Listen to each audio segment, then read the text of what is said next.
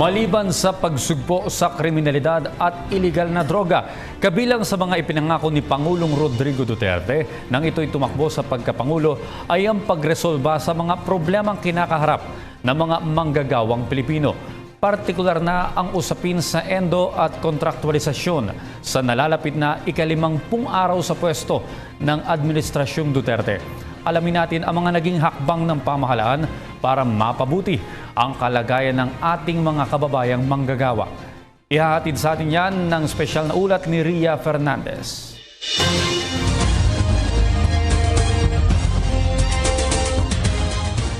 Pagwawakas sa endo at contractualization.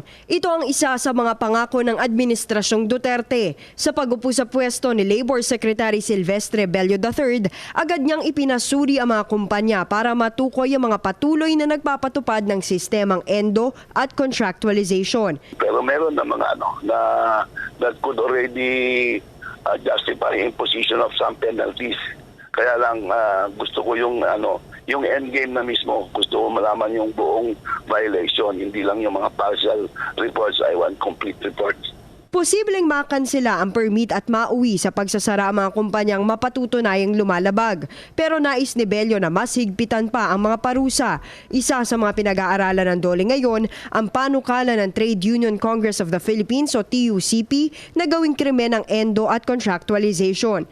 Gayunman natutuwa si Bello sa suporta ng mga malalaking negosyante sa bansa sa kanilang adhikain. I met with many of the Federation of Chinese Chamber of Commerce, yung ECO. They said that after 1 month of seminar workshop, they will be the one to police their own ranks. Dahil dito, nakikita ni Bello na imbes na bumaba sa 50% ay tuluyan nang matitigil ang endo at contractualization sa pagtatapos ng 2016. Nakatutok din ang DOLE sa kapakanan ng mga OFW.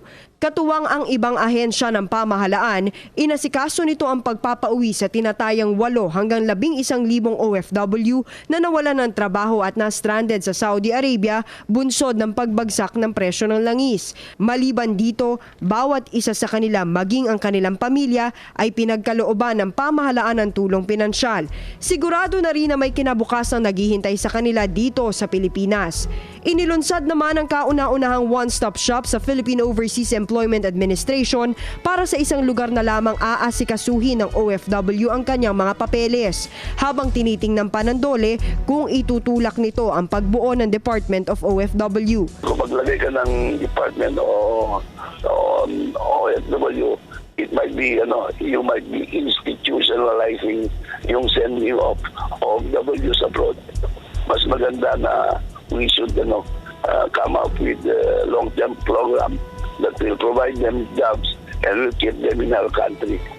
Samantala, sa DOLE mismo, ipinatupad ni Bello ang 72-hour policy kung saan dapat aksyonan ang mga papeles ng hindi lalagpas sa 3 araw.